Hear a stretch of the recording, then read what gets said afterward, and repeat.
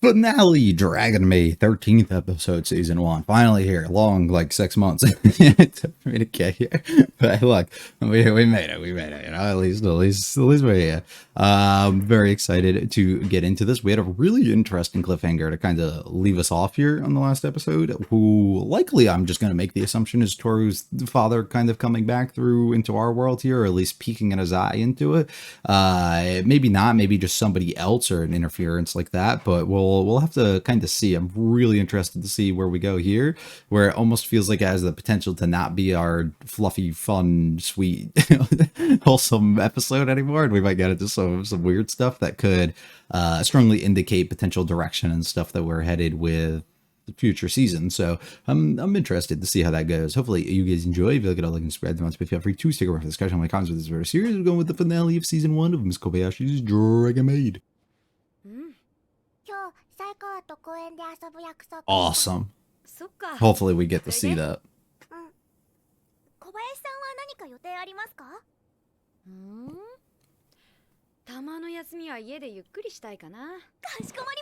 Could be fun.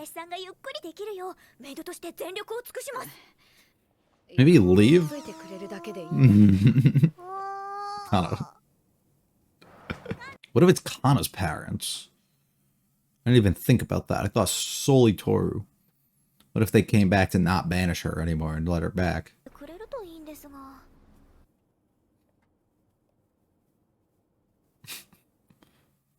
I thought she was going to see in the news report, massive portal in sky spotted.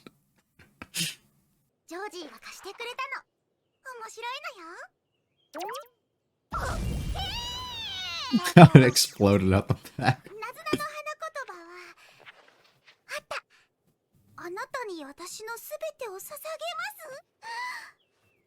She's not giving it to you. Oh, you're gonna...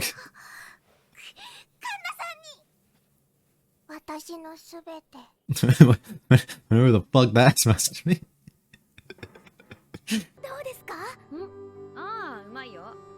Awesome.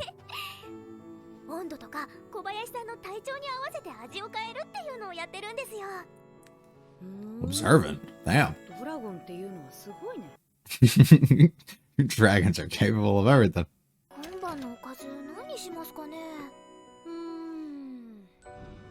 You remember what happened last time?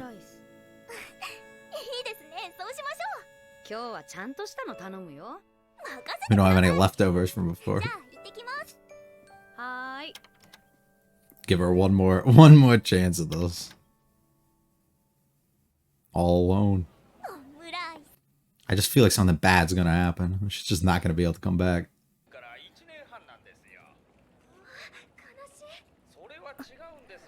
Mouse versus human, dragon versus human.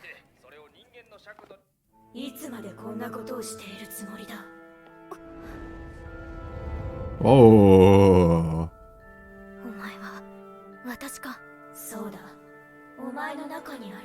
Oh, okay. She couldn't make contact with anything in the previous episodes, but with herself, it's okay.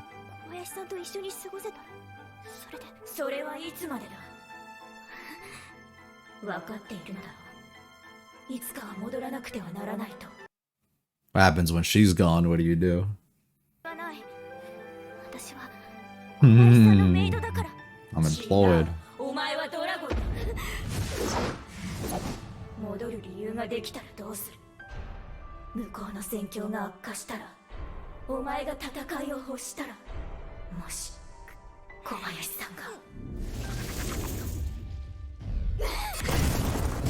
Oh.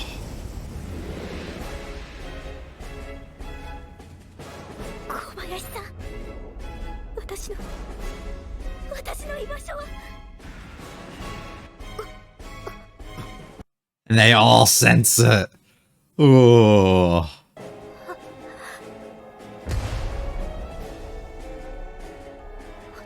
So it is.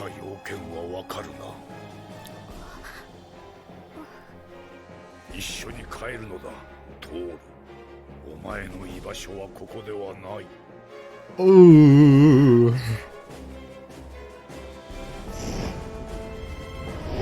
Oh shit. Go Kana. Have we seen her with her wigs out like this?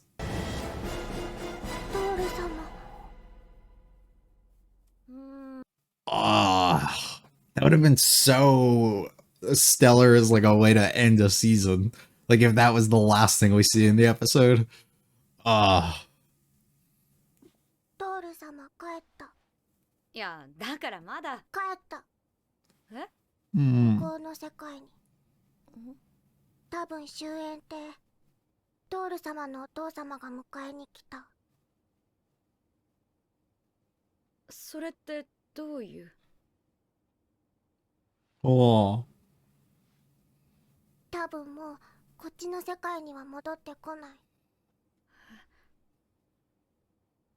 終焉亭には逆らえない。そう。Not even something you thought about. カンナちゃん起きて、遅刻するよ。やばいやばい。So much more responsibility now. おっと。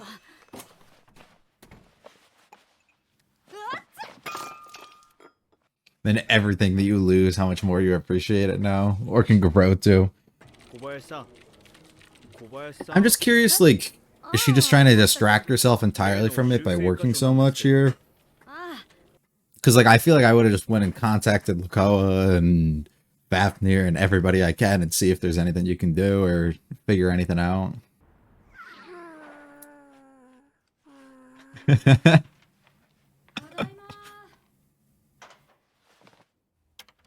Kobayashi, おかえり。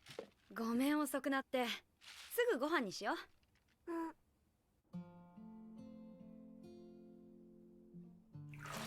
Got this big ass place for what now?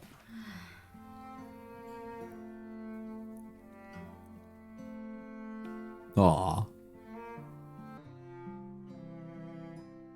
Have to teach her all the basics.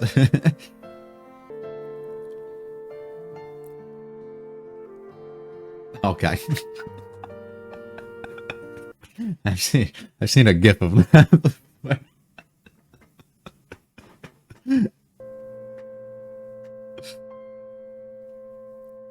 Look who's tired too, putting in all that work. she teaches her how to do that, so she just makes a fuck ton of rice. And what's the point of me going home? I don't have people to return to. Elma, this is perfect. I said we need her involved more. Hold on. Thank you, Georgie. I love Georgie. I love her. Okay.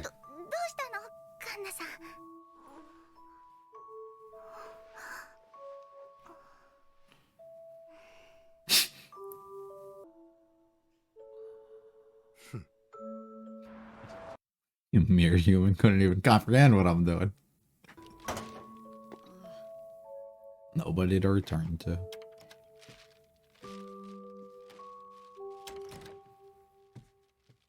Place is a mess.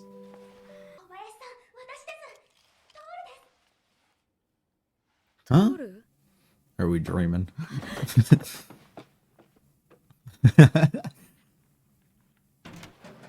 Okay.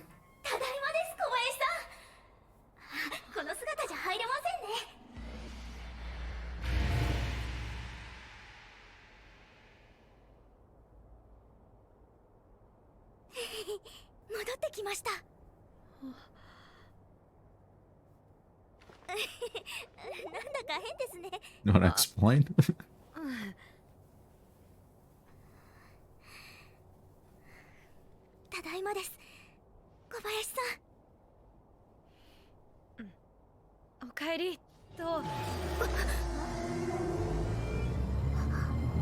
Oh, fuck. I have a feeling you weren't supposed to be back.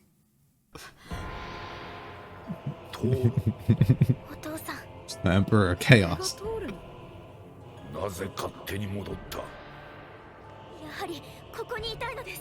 Irrelevant. There's a war.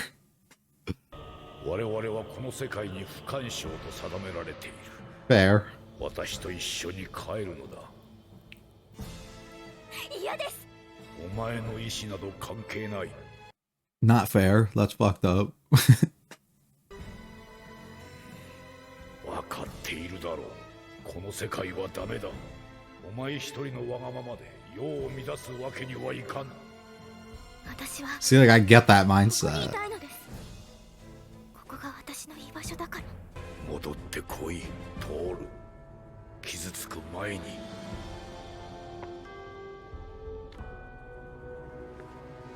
口を出していいのだろうか。 What do you even そんな言い方 say? は卑怯ではないかと。でも親子の会話に口 Exactly. Exactly. That's not your place. できた。嫌です。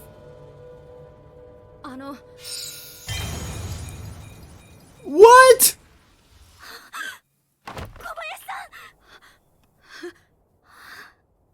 気をつけて喋ってほしい。話す言葉によっては消し飛ぶのはあなたになる。トールが帰りたくないってさ。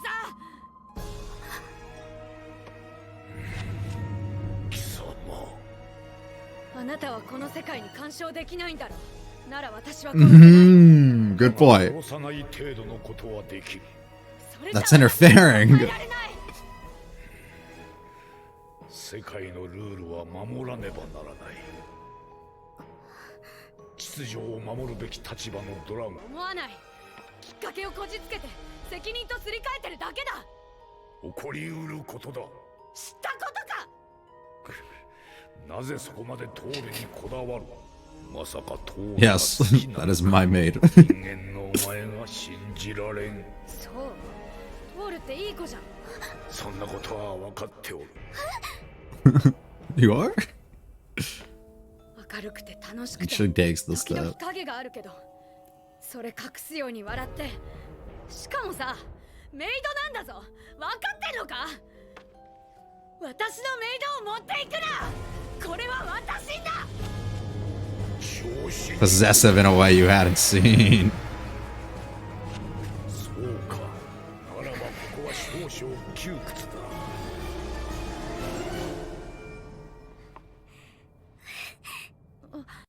Is that a fucking war declaration between the two? Uh-oh. Uh-oh. Uh-oh. トール。 We're doing this. Okay, I guess we're just doing this. What the fuck? What? 自分の居場所は自分で決めます。お父さんのことは尊敬しています。憧れです。でもそれはドラゴンとしてです。小林さんは私の光です。Mm-hmm. なら容赦はせぬ。 We're gonna fucking dragon fight. 戻ってこい、バカ娘。戻りません。許さん。人間となど。小林さんは特別なんです。 Aw. Why are you here? 待て待て待て。 That was enough. 小林さん。なんで親子で戦ってんの。人間は引っ込んでいてもらおう。折り合いつけていかないと物事って進まないじゃん。何が言いたい。極端だってこと。ここっていつも理解できない。当然だ。人が我々と分かり合うことなどできない。そうじゃない。 You don't even try. 違いを知ることは単なるスタートだ。それを確認しながら近づいたり離れたりを繰り返す。そしたらちょいちょい好きなところもできて尊敬だってできる。尊敬だと本気で共に暮らしていけるとでも。 Shit, we've been doing fine. そんなことはとっくにできてる。 They're even in your world, to be fair. 信じられるかどうかだ。私は信じた。あんたはどうなんだ。娘を信じてみせろよ。 What a badass. That's Aura right there. Look at her. Standing up to the Emperor Chaos.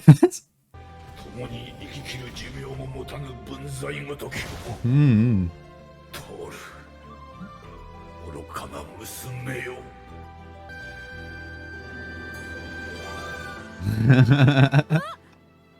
Aw.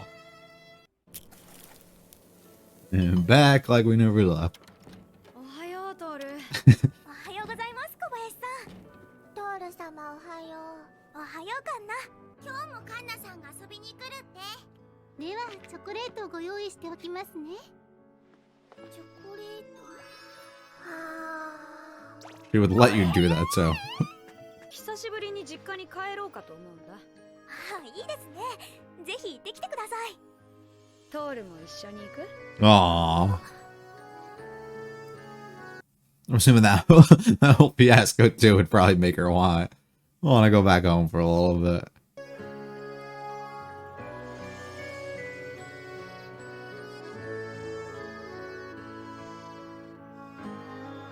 Kind of makes everything look delicious.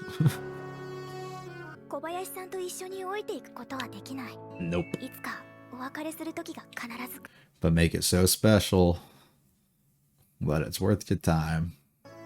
それでも私は小林さんに会わなかった方が良かったなんて Yep. 絶対に思わない。ただ今この時間を大切に。 Perfect.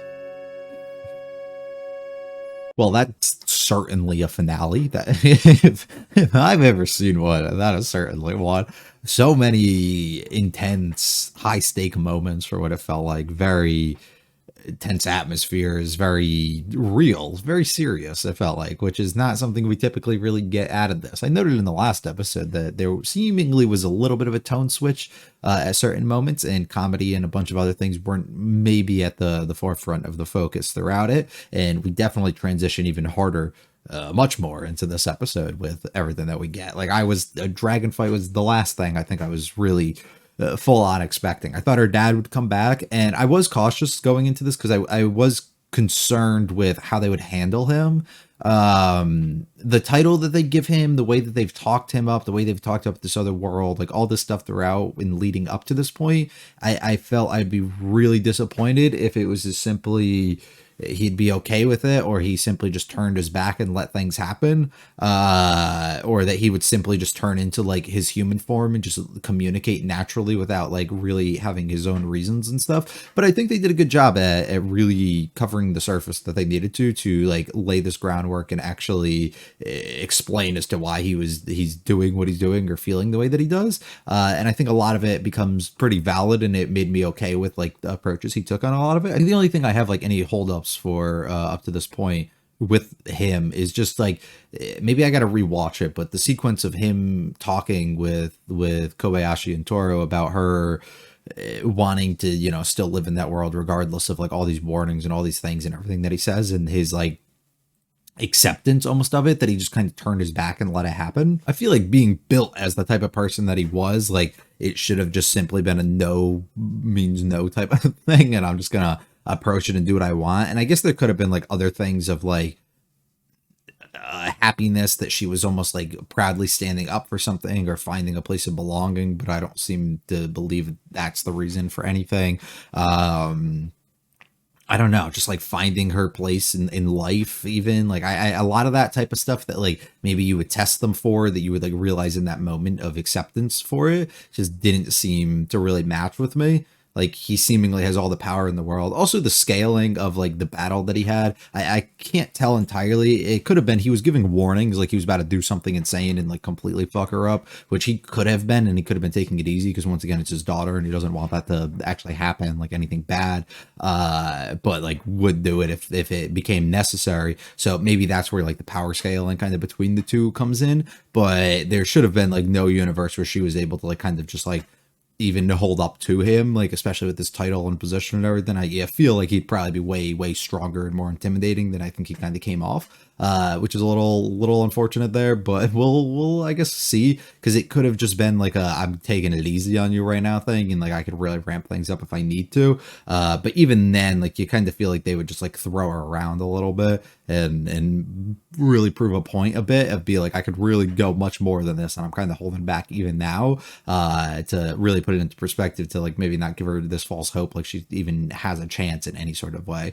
So I don't know, it just like certain things about that feel a little bit bit weird to me up to this point, but it could all just be like trying to write it in a way that can allow for future conflict to kind of come in play, which I guess would make sense. And then even write it in sort of ways to let us know, because even what she said about before about how much like he does care about her, and we ended up finding that out. And I think she even had like a weird reaction to it, like the first time that he almost like openly admitted that, or like has like stated these feelings that he has. So it could just kind of also be like an indication of like he really does care and he wants to kind of like let her like live and be on her own and do her thing, but like there are things that she needs to follow and she's kind of not doing that. So he's trying to like figure out the balance between being like that authoritarian figure like kind of within her life and discipline her to the point that he feels is needed here, while still letting her kind of be her own person. I don't know, it's a weird line that I'm still not fully sold on, but I have to rewatch in the edit and everything to see if I pick up on anything. I guess normal day, everybody's doing their thing. This is the most adorable thing to me. I absolutely love it. So excellent.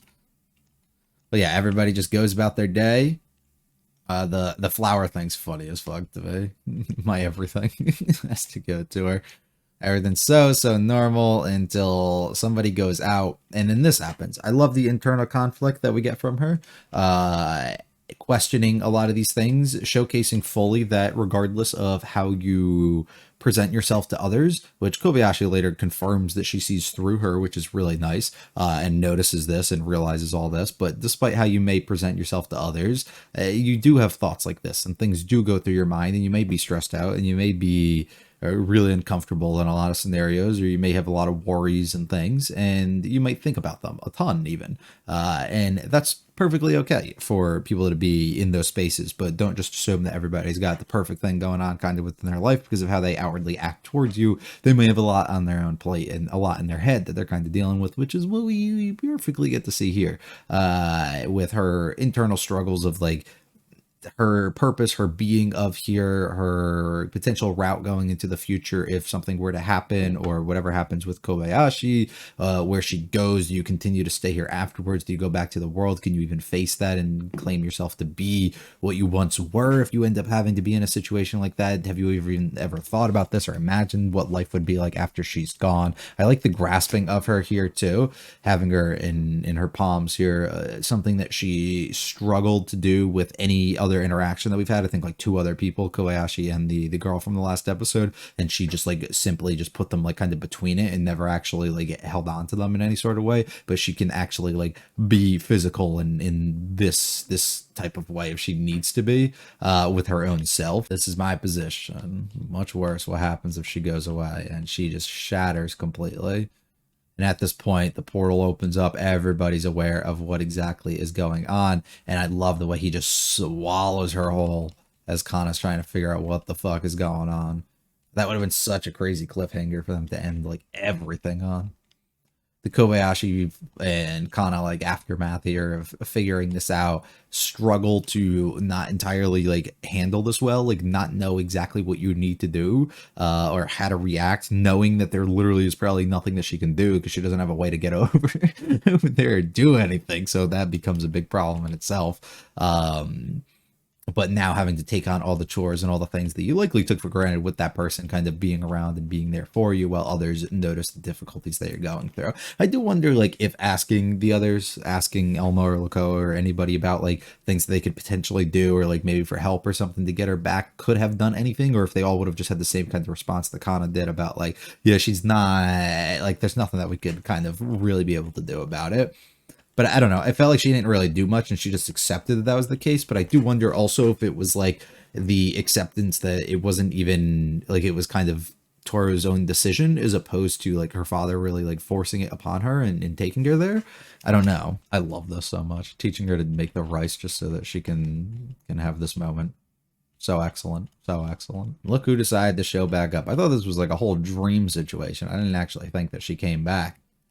She escaped temporarily, and before we can fully welcome her back home entirely, look who decides that he wants to show back up. And he gives good warnings, you know, he makes a lot of sense with the things that he's saying, right? This is another world. You can't really interfere with the things that are happening. There's probably like laws and treaties and these other things that have kind of been put in place, and, you know, there's ways of the world that you just have to let be. You can't really interfere with. It's a similar thing you run into with time travel a lot. It's just like different universes here. You can't really impose your own feelings towards it. It's an argument I've always made too with isekai stories or just fantasy stories. Isekai actually mainly, due to you're transporting somebody from, say, the normal world that we're living in to this fantasy made up one. And then a lot of like outrage comes out from other people about maybe like actions or things that happen within the world that people do. It's like, one, it's a fantasy story, but two, this isn't the same world. There's different laws, there's different ways of it, and they don't have to impose and kind of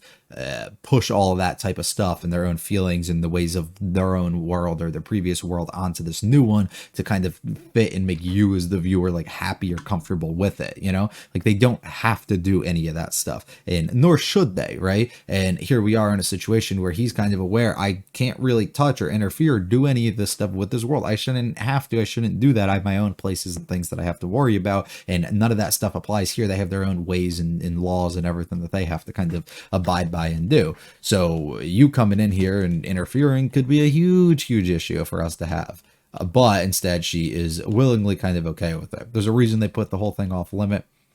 Kobayashi stepping up and speaking probably isn't the smart thing, which she immediately notes and realizes, and as she gets hurt, or speaking up and trying to even say something is insane. I really didn't think that was going to happen. Of course, sending Toru to be absolutely fucking destroyed and pissed. So at this point, you're already attacked. Fuck it, let me go all the way. The logic's not all there when she's like you can't interfere with the world, but then he still like harms her. So she's like, you can't kill me though. And he's like, well, I can get you to the point that you're about to die. And it's just like, you're still maybe my understanding and definition of what interfering with the world itself would be. Maybe you can do whatever you want as long as you're not taking people in and out of it. You know, like I don't really know all the specifics. I love seeing everybody watch on Elma do fucking something. You haven't done anything this whole series. Hopefully she's relevant the next season. Why are you so infatuated with that? She's a perfectly good girl. I'm perfectly aware of that. You're not taking her anywhere. All right, you overstepped where I gave you the warnings, and then this is just like a war declaration. Fuck it, I'll stand up. Those people were so kind and did so much for me. Fuck it, I have to do what I can. I love how Kana brings her in here. I respect and admire you only as a dragon, though, not as a person, not as a father, none of that stuff. We go to battle, which is pretty fucking sick for the little bits that we do get of it. Extremely strong animation throughout, too. Do wish there was more, but probably saving for climax stuff to happen throughout the story later, so there's not, not too much that I think that they can really do. Kobayashi gets in the middle of it. This is family. Why you guys always got to do this and you got to work to compromise? Got to learn to compromise with each other, build trust and bonds.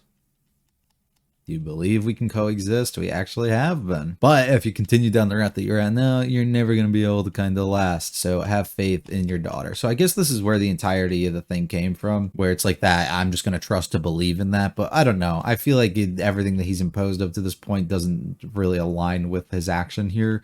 But maybe I'm weird for that. And everybody's happy and we are fully back home. We get to see family life. Things are much better. Everybody's thrilled and enjoying it.